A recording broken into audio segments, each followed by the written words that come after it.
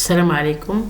Donc on va terminer sur la résolution du problème ou bien du jeu carré magique en utilisant bien sûr le modèle CSP, Constraint Satisfaction Problem, d'accord.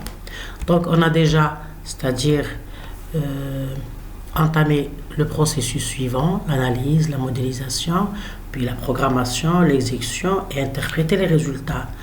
Donc aujourd'hui, je vais essayer de programmer. Donc, vous voyez qu'on a programmé un prédicat qu'on a appelé carré magique avec un seul argument qui est var, c'est-à-dire une liste que j'ai appelée var, la liste des variables. Maintenant, je vais programmer l'affichage, un affichage spécifique des solutions. Parce que si je ne programme pas l'affichage, c'est-à-dire les solutions sont données sous forme de liste qui contient les valeurs, c'est-à-dire solutions des différentes XI. D'accord? Donc, pour programmer l'affichage, il faut voir, donc je vais considérer que je vais afficher mes résultats sous forme d'un carré, c'est-à-dire d'une matrice qui a des lignes et des colonnes. Donc, on veut afficher le carré ligne par ligne. Donc, le prédicat affichera. J'ai créé un prédicat que j'ai appelé afficher carré qui va avoir 3 arguments. Le premier argument, c'est la liste et les variables. Le deuxième argument, c'est le numéro de la ligne que je vais afficher. Et le troisième argument, c'est la dimension de la matrice ou bien du carré. Donc, je vais premièrement déclarer le prédicat. Bon, j'ai appelé sous prédicat. Normalement, c'est parce qu'il va être appelé dans le prédicat principal ici. Il va être appelé ici au niveau du prédicat principal. Après le FDLabling, qui est le prédicat de résolution, solver, je vais appeler le prédicat afficher carré pour afficher la solution. Bien.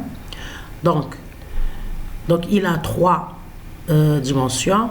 Donc la première dimension, 3 arguments plutôt. Le premier argument, c'est la ligne. Donc je vais utiliser la notion de sous-ligne. D'accord, la sous-liste, d'accord.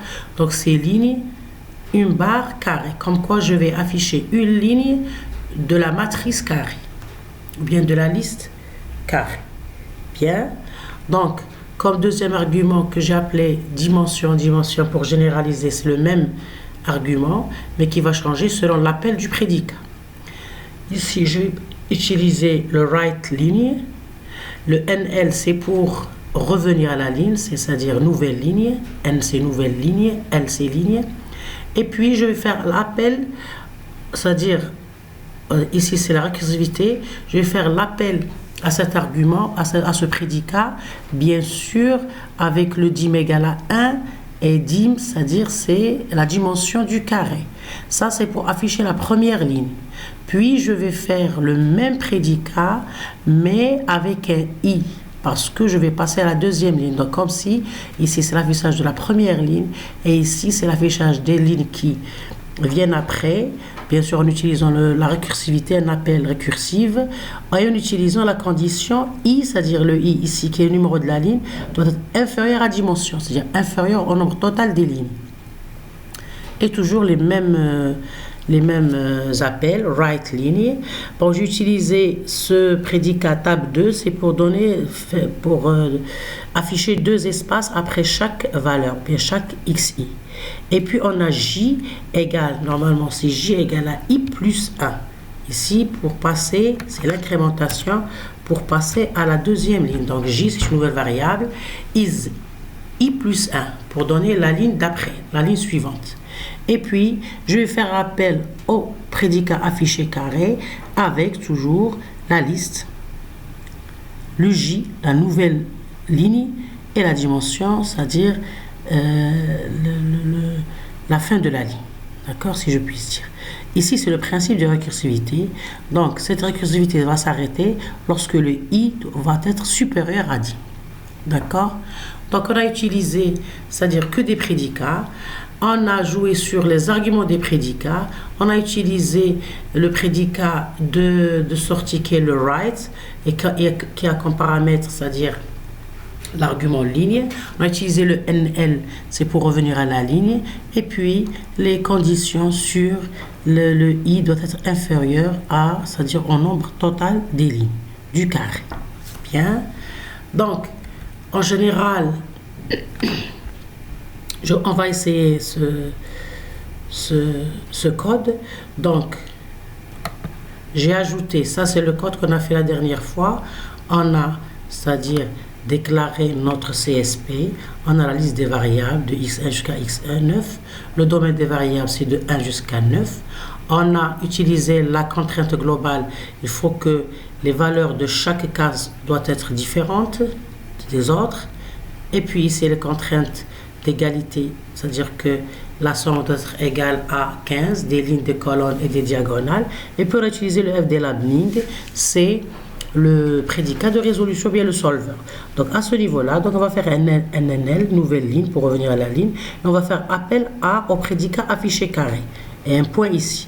Bien sûr, affiché carré de quoi? Affiché carré de la liste var qui a, c'est-à-dire comme ligne début 1, ligne fin 3.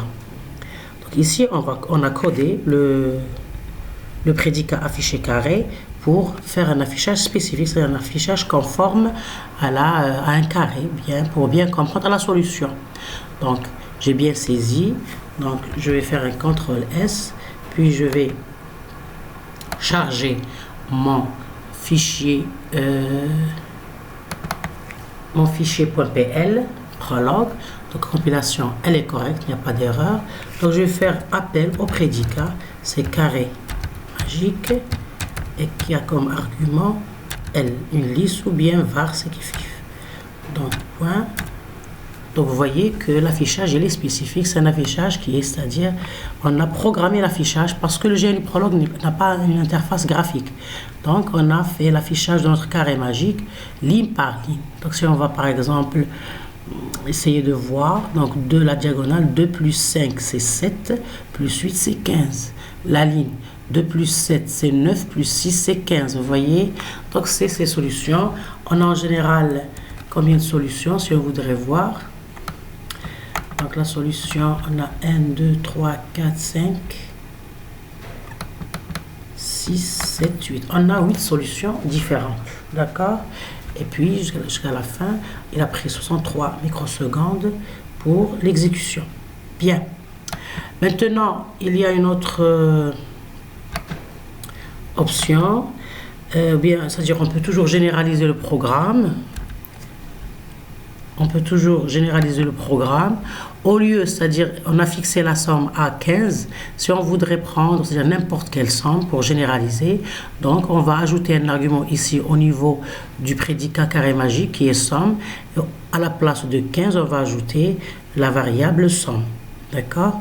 Donc, j'ai, c'est-à-dire, fait la même chose ici au niveau du code prologue. Donc, j'ai ajouté la variable valeur qui prend la place de la valeur 15 pour pouvoir généraliser et interpréter les résultats, bien sûr. Donc, je vais charger ce fichier et je vais faire appel à carré magique. D'accord? Donc, la liste L, on a deux arguments et la valeur 12 par exemple. Voilà. Donc, vous voyez, no. Donc, si on va prendre le même carré magique, mais avec la valeur c'est-à-dire d'addition des lignes, des colonnes et des diagonales égale à 12, il n'y a pas de solution. Donc, pas de solution. Ce CSP est inconsistant. On va faire la même chose avec 15 de tout à l'heure. Donc, vous voyez qu'il nous donne les solutions qu'on a vues avant. Donc, je vais faire la même chose avec une valeur grandiose, par exemple 1000 مثلا. Vous voyez, no. La valeur 10. Toujours no, pas de solution. La valeur 13. Toujours pas de solution. Donc, vous voyez que le fait de changer une des contraintes du problème, ça va donner une autre, c'est-à-dire les résultats sont différents. Donc l'interprétation des résultats, c'est important. Donc si la valeur est différente de 15, notre jeu est un jeu qui n'a pas de solution, il est inconsistant. Donc on est obligé de faire, donc si le CSP est inconsistant, on a deux façons c'est-à-dire de sortir de ce cas-là. ou bien, c'est-à-dire ajouter des contraintes, ou bien enlever des contraintes. Parce que s'il est inconsistant, il est ou bien sous-contraint, ou bien sur-contraint. Sous-contraint, on doit ajouter des contraintes. Sur-contraint, on doit enlever des contraintes. Donc, c'est-à-dire, il faut remodéliser. Notre modèle, il n'est pas solvable. Donc, il faut trouver une façon de le